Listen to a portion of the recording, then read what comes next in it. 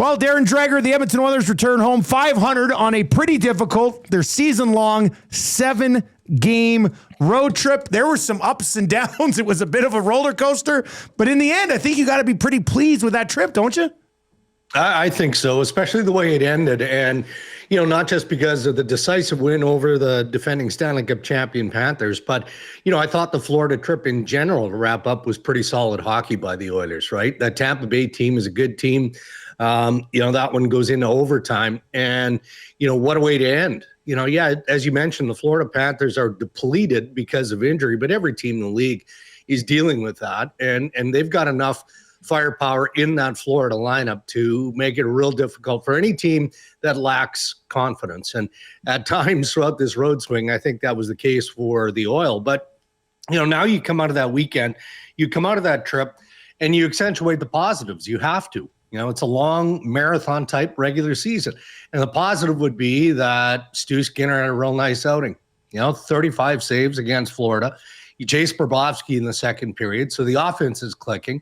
Defense, Bouchard, Ekholm, the pieces of that defense that, we have piled on at varying points of this year seem to be in sync in Tampa Bay and then more so against the Panthers. So those are the takeaways for me as you get ready to continue to grind. And that's what it is. So I think for the most part, the Oil will look back at this road trip and go, okay, what was it? A game over 500? Considering some of the issues that we faced, goaltending being among them, if not at the top of the list, that's a pretty nice way to end. And you mentioned Skinner Saturday. I think Pickard in Tampa as well. He was a minute away from getting that shutout. So how, in terms of the temperature and an address, we've been asking, fans, you feel that they're back in whatever you define back as. But where are you at in terms of the temperature and needing to get something done with that position now coming home, given the more recent performances of Calvin Pickard and Stuart Skinner? Yeah, I mean, it kind of is what it is. And I know that's cliche, but I remind myself, from an outside perspective here, that it is the same tandem, a tandem that you've had, a large amount of success. The body of the work has been questioned fairly at times, but it's still the body of the work over the course of a long year. So why can't this season be like the last one and the one before that? I guess that's what I would question. And anyone who thinks that Stan Moman is sitting in his office and isn't contemplating what sort of upgrade in every position is available, that's nonsense. But literally that's what his job is, right? When you build an organization, it's not just around star players. There are cap implications, complications that come into play. But of course you're having conversations. The problem is, and it's not getting easier as you look into the crystal ball, especially in goaltending for, say, the offseason, where's that upgrade coming from? Are you looking at a non-NHL goaltender, a team that has depth in that position, that has a pretty good goalie in the American Hockey League? Well, are you sure that guy is going to be better than what you've already got in Pickard and in Stu Skinner? And the answer to that is no, you can't be sure. So I think it was an important end of the trip. Eric, you rightly identify that Pickard probably had his best showing of the season. Oh, undoubtedly. Easily, Undoubtedly. Yeah. So do you need to expect that every single game from your backup or a guy who's arguably fighting for the starting position? Probably not, but it'd be nice if he could get somewhere in that above average zone. And I would say the same thing for Stu Skinner. And if you get that from those two guys, then I don't think it's a deep, dark area of need. TSN's Darren Dreger with us on the show this morning. And this is kind of an Oilers question, but also kind of not an Oilers question. The American Thanksgiving sort of we know what we have deadline is just around the corner. In general, what's the trade market like around the National Hockey League right now compared to other years? Pretty quiet. Yeah. Pretty quiet. That's not to say that guys aren't communicating and having conversation. Of course they are. There's 32 NHL general managers, a large number of assistant general managers. They're constantly talking to one another. And, the seeds have been planted, all of that. But it does feel like, for whatever reason, this year that kind of let's kick into the next phase of trade discussion is lagging somewhat. And you look at the two waiver pickups, really, right? So Camp goes from Toronto to Vancouver. Texier goes from Columbus to the Montreal Canadiens. Well, Kent Hughes and Patrick Allvin have been looking for, considerable forwards for a long months and months and months. They're looking for number 2 centers. They're looking for top 6 forwards. And best case is they literally pull these men from the scrap heap. Now, let's see. Maybe David Camp will be a nice fit, nice ad for the Vancouver Canucks. Maybe Texier can provide something the Montreal Canadiens need in the moment, but that gives you a real good understanding of how quiet it is. The reality is there are just too few sellers right now. And so if you're Nashville, you're Barry Trotz, and you're willing to talk about moving one of your top 6 forwards, if you're Doug Armstrong, St. Louis Blues, and teams are kind of swirling around your group of top 9, top 6, well, the only way you're parting with those guys is if you're getting the perfect return. And that's a challenge at this stage. Maybe it loosens up by the 30-game mark, but it's not there yet. I think it's interesting timing that Vancouver and Calgary played each other last night. We were talking about a great jersey matchup. I love when the Canucks are wearing those jerseys. Sure. But Vancouver has lost 3 in a row. Calgary has won 3 in a row. Neither of them look like they're good hockey teams yet this year. Dregs, I mean, is there a direction that either of those teams are heading, or do we look at it and go kind of hanging in limbo right now? Yeah, more hanging in limbo. I look, I mean, there's been a lot of talk and a speculation around the Calgary Flames more recently because, Don Maloney came out and said what he said. And, that seemed to sour the fan base, and maybe didn't get the messaging that they were expecting from senior management. But, I think we can all look with an educated eye and see what Calgary is. If Calgary's top dogs aren't running and they're not generating offense, and that's a team that's just not going to win.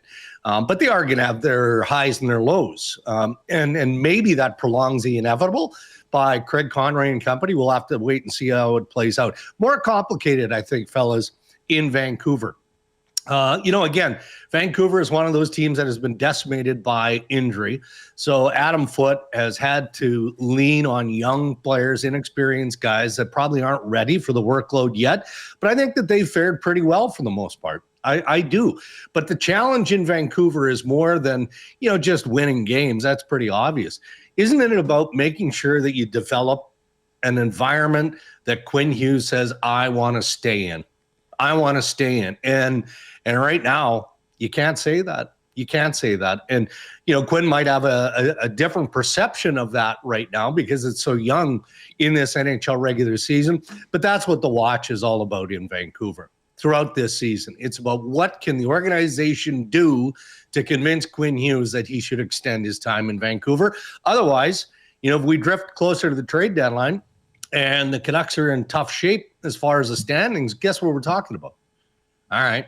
Yeah. What does a Quinn Hughes trade look like? Well, Calgary doesn't have that. They have some interesting pieces in Rasmus Andersson and Nazem Kadri, and I get it. I understand it. But that's a different direction if you're the Flames as opposed to what the Vancouver Canucks are dealing with. We usually have pretty fun shows Friday mornings. Obviously, it's Friday, and we were feeling good. And then you had a tweet about Hellebuck and the Jets, and it just kind of blew things up here. Like, what the hell? 4 to 6 weeks, arthroscopic knee procedure. That's a big blow. I get it.